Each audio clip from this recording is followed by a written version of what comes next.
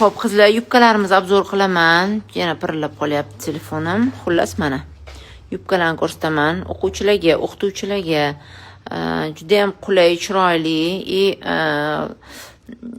hozirgi mavsumga imенно mos, formasini ushlaydigan.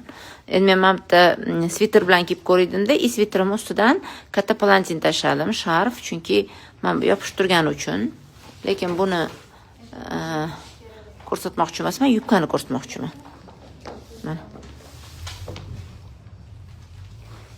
Mana shu yubkadan bor, har xil ranglari bor. Buni endi rang deganda ochiq ranglari yo'q, конечно.